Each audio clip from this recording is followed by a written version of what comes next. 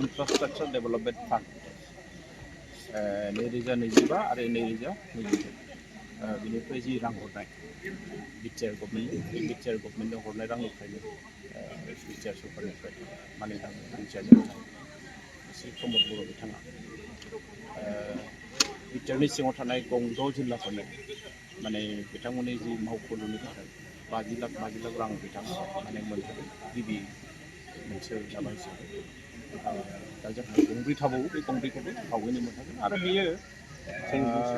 जोंहा मोनसे गोबां बोसोर मोनसे माने आद्रा जानानै थानाय जि मोनसे मिजिं जि मोनसे सिमां जोंनि हास्थायखनानै थानाय बे मिजिं आरो सिमाङा जाफुंसिगोन बायदि आरो बिनि गेजेरजों दिनै जोङो गाहाय गंथाम गिबियाव जोङो सालबारि जिल्ला बर' थुनलाइ आफादनि मावख' आरो लोगोसे तामुलपुर जिल्ला बर' थुनलाइ आफादनि आरो दायो जोबथारनायाव उदालगुरि जिल्ला बर' थुनलाइ आफादनि जि मावख' बिथाङा गावनि आखाइजोंनो आरो बेवहाय गोबां रायजो राजा जोंहा बिटिआरनि बेवहाय गाहाय प्रभिन्सियेल बसुमतारी थाबाय डक्टर निमित सर्गियारि बिथां थाबाय लोगोसे सन्देब सर्गियारि बिथांमोन थाबाय गोबां थुनलाइगिरि गोबां माने जोंहा मा होनना बुङो फरायसालिमाफोरनि जोंनि गोरायुंफोर जोंनि मानगोनां फोरोंगिरिफोर जोंनि मानगोनां सानसुमै ओनसोलनि आरो गोबां आफादफोरनि दैदेनगिरि बेवहाय बयबो बाहागो लानानै साखि जानानै थाबाय आरो बे जोंनि थाखाय जोबोद खाफाल गोनां आरो बेल' नङा जोङो दिनैहाय बिस्थिबार जोङो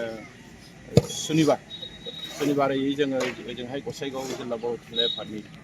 बेयावबो जोङो गायसनगोन आरो लोगोसे जोङो काजलगावआवबो चिरां जिल्लानि आरो लोगोसे बिजनियावबो बेखौ गायसनगोन आरो बेनि अनगायैबो जोंहा आसामनि गिबि मन्थ्रि डक्टर हिमन्त बिश्व शर्मा बिथांनि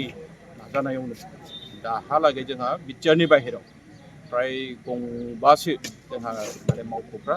खायसे ओंखारबायानो आरो दायो माखासेया लुजागासिनो दं आरो जायफ्रा लुजायाखै बिथांमोननोबो बावैनो आसाम सरकारा रां हरगोन बिटिआर गभर्नमेन्टआबो बे जि गंब्रै आद्रा थादों बेखौ बावैनो बिथांमोना रां हरगोन बे जोंनि थाखाय जोबोद खाफाल गोनां बाथ्रा जों बेयाव खोनानो मोनो जितु बर' थुनलाइ आफादनि माखासे सोरखारि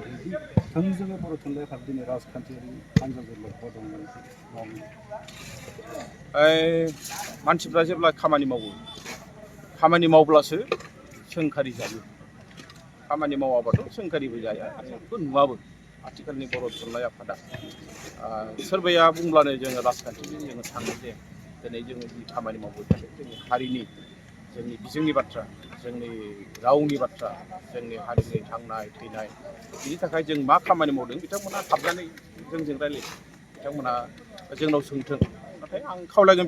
बिथांमोना मिथिया हसिया बर' थुनलाइ आफादखौ जुदि सोंखारियोब्ला आं सानो बेयो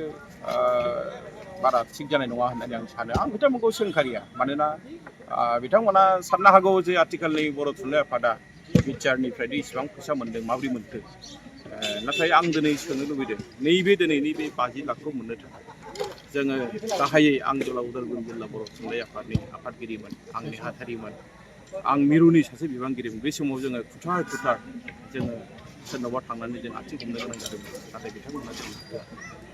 दिनै बै समाव जोङो थांनायखौबो बिथांमोना बुंगोन नामा जे बै समाव राजखान्थिगिरिफोरनाव मानो फैदोंमोन बेखायनो जोंनि गोसोआव जोंहा बिथांमोन जिखि बुङा जों गाज्रि मोना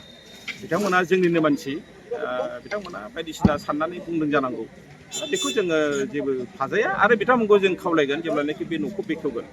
बयखौबो लिंगोन जों बयखौबो लिंनानै जों बे न'खौ बेखेवगोन बेवहाय जोंहा राजखान्थिनि जेबो फाराग गैया मिथिना मोन्दों बेखौ बारग' मन्थ्रि होनदों बिथांनि समावनो बे हारिमु भवनखौ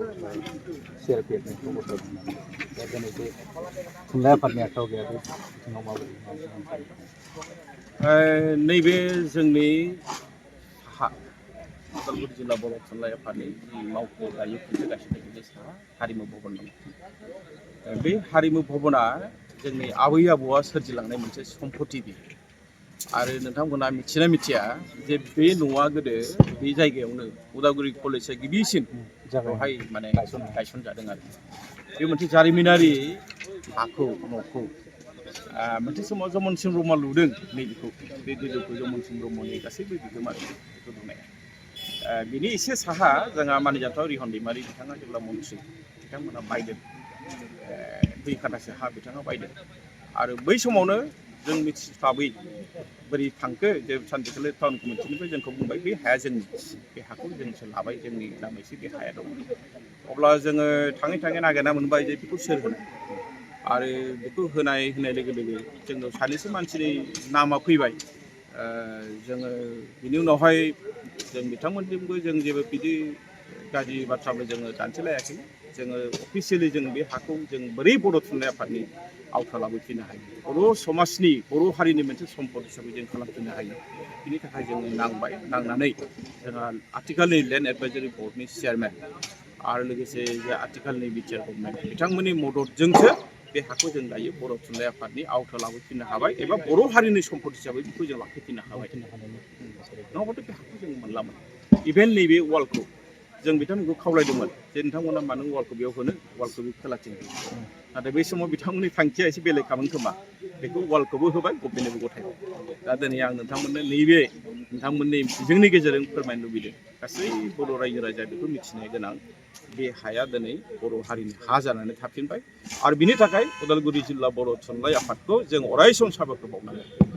बेखौ थुनलाइ आफादा लाफिननायनि मोनसे जोङो इतिमধ্যे जोङो खाजोनाबो होबाय आरो जों बोरै हायो सिआरपिखौ जोङो लासैनो बिथांमोनखौ जों खावलायगोन जोङो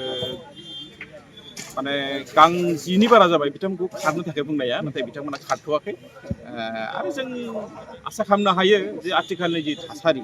बे थासारियाथ' सिआरपि थानाय पुलिस थानायनि खोथा गैला बेखायनो बिथांमोना जेब्लानो थांगोन अब्लानो जों बेखौ मोजां खामानियाव बाहायगोन आं नोंथांमोननि मिडियानि गेजेरजों फोसावबाय